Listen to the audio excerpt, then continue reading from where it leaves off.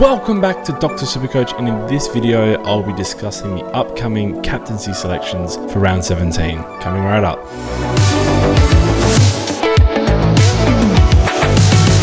How's it going, guys? It's JB from Dr. SuperCoach, and if this is your first appointment here, don't forget to subscribe to the channel so you don't miss any upcoming updates. Now, today's episode again is the Captain's Video, Captain's Corner, JB's Captains, don't know what to call it. But we're going to go through and look at the potential VC and C options for the week coming up. It feels good to have a full selection of our players. I know we've been out of the binds for a couple of weeks, but just having a look through the games, I'm starting to hone in on my targets again. West Coast Eagles will be a target. North Melbourne, I don't mind as a target. And then some other clubs who give away big defensive points as well. Will be looked at too. So having a look at the early games of the week, we got Golden versus Taranto, two informed players coming up against each other on the Thursday. I actually like this game for Taranto. I think Sydney's midfielder have been particularly easy to score against. Coming off a low, what did he score this week? He was 72 this week.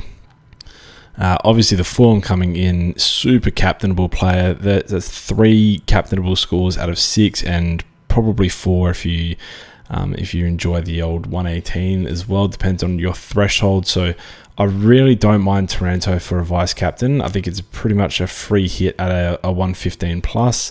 I would avoid Golden on this one. I just don't like his consistency, and I know he's had a good fortnight, but look at the inconsistency leading into that. 4 straight uncaptainable weeks. I mean, preceded by 3 straight captainable weeks, preceded by another 5 or 6 uncaptainable weeks. So not one for me, Gordon, although I'm happy I own, glad that I'm getting those points on field. In the Friday night game, Bulldogs versus Collingwood, a lot of captaincy options that are going to be spoken about in this one. Bontempelli, I don't mind. Collingwood obviously don't tag, but they don't exactly give up big midfield points. My tip of the game, I think, is going to be to Nick Daicos. Now, you talk about someone in form, 149 this week. It really looks like the tags that sort of... It's like they scared us away, the tags, but look at this. Captainable, that's 2, 3, 4, 5, 6, 7, 8, 9, 10, 11 scores so far that you could take of captains quite comfortably. And then you've got the 109, the 72, the 81, and the 100. The 100 he wasn't tagged for. That was just a low game. These 2 games were tags from Ben Keys and Ryan Clark.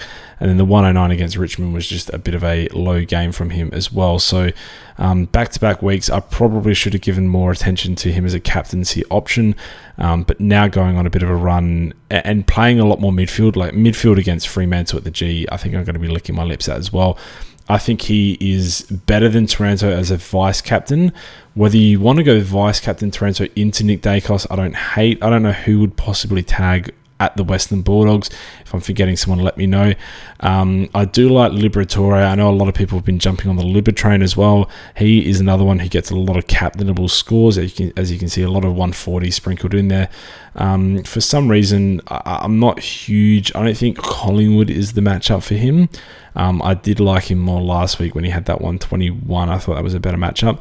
But either Bontempelli or Liberatore, I'm not going to talk you off of those guys. They have incredibly high floors and good ceilings combined. So Bontempelli hasn't gone sub 112 since round 3, and has only done it twice this year. So I mean, that is captaincy gold. But I think the emphasis is on captain there. You don't want to vice captain a guy who lands between 110 and 119 too often. He has a few of those, so 112, 113, 114. Not to detract from Bontempelli at all, but a better captain than vice captain, I believe. Now, Taranto into Bont, I mean, I think that's kind of safe. I, at the moment, am leaning VC Nick Daicos into this game here with a captain Lachie Neale against West Coast. Now, no Dunkley. Lachie Neale has been turning back the clock a little bit lately. If I can find him, 143. He's had 2 captainable scores in the last 4. If you extend down to 6, he's had 4 out of the last 6.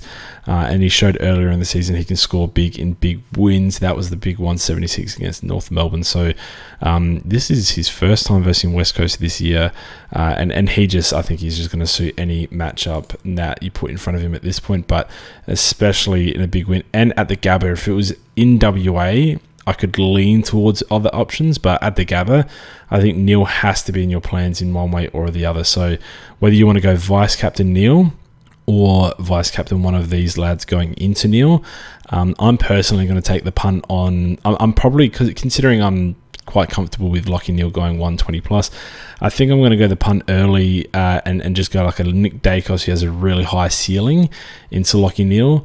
I wouldn't begrudge anyone going into Taranto. I think you're probably locking in a 120 there as VC on the Thursday, which is great. I just think the 150 potential from Nick Daicos is huge, and that is enough for me to just say I'm going to take the punt there. And worst case scenario, I'm pretty confident I'm getting a good captaincy score, which I was last week and ended up on Rory Laird against my better judgment with Bontempelli sitting right there as well. So we're going to move on. GWS versus Hawthorn, nothing really appealing to me there at all. St Kilda versus Melbourne. Now, I know Sinclair is in pretty good form. Some people might be tempted to go with Sinks. What's that, 160, 133? You have the 125 and the 160 there. Just not worth it for me. I don't know why you would captain Sinclair. I don't have that trust in him. Petrarca is in very good form. St Kilda are restrictive, I think, in the midfield, but they give up the big defender points. If I can have a look at someone who's versus St Kilda. Was this one I recommended Stewart for? No, it wasn't. I recommended someone against St Kilda. It was Ryan that scored 171 against him. Cheezo 110. I wonder what Jack Siebel scored. I'm pretty sure St Kilda are the team that give up good defensive scores. Dawson's been in the midfield all season, so that's not really a good indicator. But they don't concede huge midfield scores. Look, I know, I'm pretty sure Clary is going to be, not Clary, Petrarca is going to be a bit of an exception, especially without Clary. He probably goes 120 here.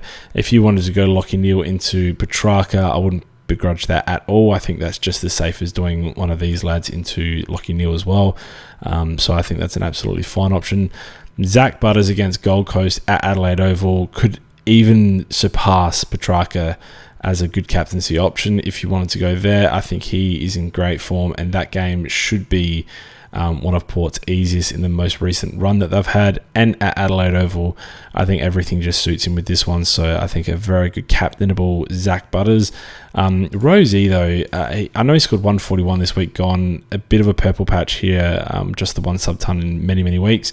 It's just that his role, he kind of relied on goals this week. He had a lot less CBAs, so not one that I'm looking to put the captain on myself. Geelong, North Melbourne don't give up big defender points. I can't remember who I was talking about. It wouldn't be him, obviously. I think if you go back, there's a long list of players that that North Melbourne have stopped. Himmelberg was the one a couple of weeks ago. If I can actually go back, it was around 15, where I thought, just going into the game, I thought, Himmelberg's going to feast here. It's going to be so annoying not owning Himmelberg against North Melbourne, because this should be a bigger score. If I can find the match, I'm absolutely waffling. And what happened is the 11 goals 9 ended up just essentially coming on the counter-attack for the most part. So I know I'm looking at fantasy scores here, but he had 22 touches, 12 kicks, 10 handballs, only the 5 marks, because they just go around them. A lot of them were one-on-ones. A lot of the times they entered the 50 were one-on-ones. And just the 3 tackles, so that they don't tend to lock it in there either. If they go in there, they're scoring, or it's coming straight back out. So I just don't think their game is progressive to those types of defenders. So not big on Tommy Stewart personally. Let me turn those off. And then finally, this game here is a great significance to me. Both Zach Merrett and Adelaide's Rory Laird love coming up against one another. There was a statistic on Twitter. So show me Klopp SuperCoach, please.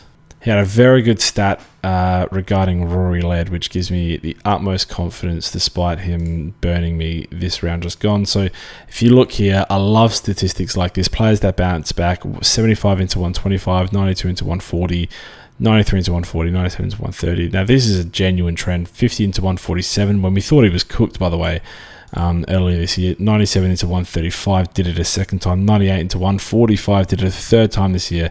84. Now coming into an Essendon game that he has very good history in as well. Shout out to Klopp's SuperCoach there, and to Pig Mentality while I'm here. I think that's a very, very good safe captaincy pick.